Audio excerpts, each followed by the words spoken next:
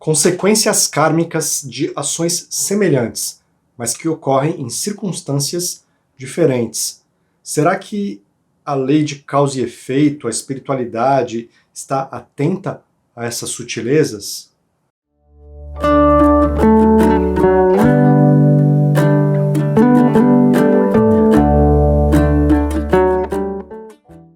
Que bom que você está aqui no canal Estrada Sem Fim. Meu nome é Áureo e este é mais um vídeo respondendo questões que vocês deixam aqui nos comentários.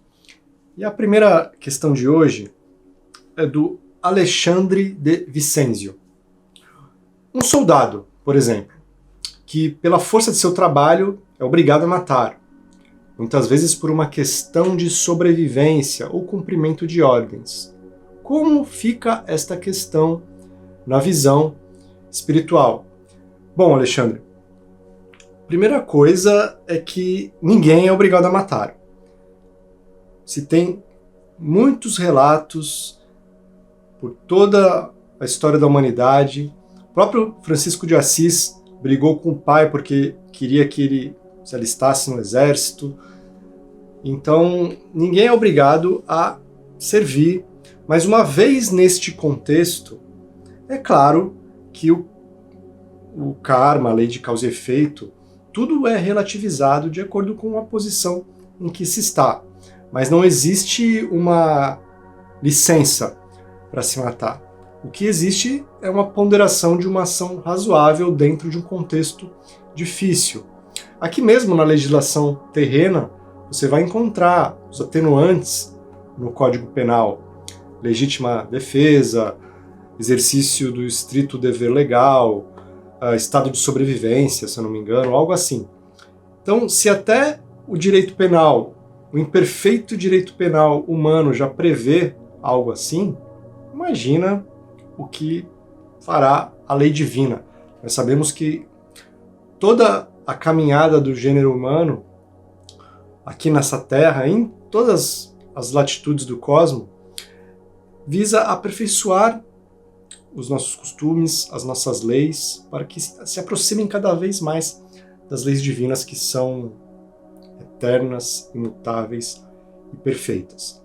Então, um soldado, dentro de um contexto de batalha, que se comporte de forma razoável, mas sem extrapolar este limite do razoável. Se ele começar a se entregar a comportamentos, às vezes até trazendo componentes de seu inconsciente, componentes agressivos e cruéis que ele não consegue externar de outras formas, se ele usar esta situação para isso e começar a fazer maldades, barbaridades, crimes de guerra, aí o karma começa a contar e muito em seu desfavor. Mas o contrário também acontece. Às vezes, soldados que estão em situações assim e se negam, percebem às vezes que a causa da guerra é injusta, não faz sentido, e se negam a combater ou se negam a cumprir ordens sem sentido. Recentemente, tivemos um caso de um hospital que foi bombardeado em meio a uma guerra. Um dos crimes de guerra mais vis. No momento que eu estou gravando esse vídeo, não se sabe ao certo de quem partiu essa ação. Mas enfim, pegando essa situação como exemplo. Imagine um piloto da Força Aérea que se recusa a cumprir uma ordem tão absurda como essa, bombardear um hospital. E fazendo isso, pode estar colocando a própria integridade em risco, vai sofrer com certeza diversos reveses e punições militares por conta de não acatar esse tipo de ordem. Fazendo isso, o mérito espiritual é muito maior, porque ele teve que ir contra os seus próprios interesses para não cometer uma ação antiética, uma ação deplorável do ponto de vista da fraternidade humana.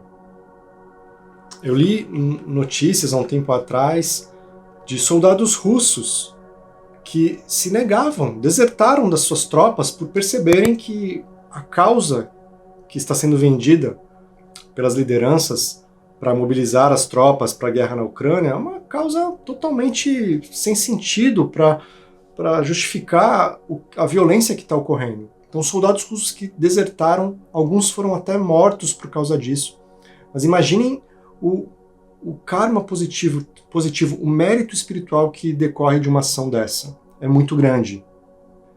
E nesse ponto me ocorreu até uma fala de Jesus, uma das bem-aventuranças, que está no lindo Sermão da Montanha, que Gandhi declarou, Mahatma Gandhi declarou que se perdêssemos todos os livros do mundo e só sobrasse o Sermão da Montanha de Jesus, nada seria perdido. E uma das falas de Jesus no Sermão da Montanha é justamente essa: bem-aventurados os pacificadores, porque serão chamados filhos de Deus. Bem-aventurados os que sofrem perseguição por causa da justiça, porque deles é o reino dos céus. Próxima pergunta, da Agnes Franco. E um governante que faz a opção política pela guerra pesa mais ou menos karmicamente que o soldado? Bom, tudo isso é pesado de forma, é ponderado de forma que às vezes nos escapa ao entendimento. Lembrando que muito do que acontece após a morte, em termos de cobrança, vem da nossa própria consciência. Então, governantes, por exemplo, que tomam ações que prejudicam multidões, gera realmente um karma terrível, principalmente quando fomentam guerras injustas, guerras que visam interesses econômicos velados. Isso vai gerar um karma terrível, mas em compensação, a misericórdia divina também colocará estes espíritos em posições mais para frente, em que eles poderão reparar estes erros, fazendo bem também para multidões. Muitos políticos que estão em posições chaves são espíritos que têm este débito kármico com muitos seres. Então eles são colocados em posições em que também vão lidar com muitas pessoas para que possam fazer o bem, reparando suas ações, reparando perante as suas próprias consciências. Agora, um soldado, mesmo que ele prejudique apenas uma pessoa, cometendo um abuso, um crime de guerra, um ato de crueldade, o karma também vai ser extremamente pesado.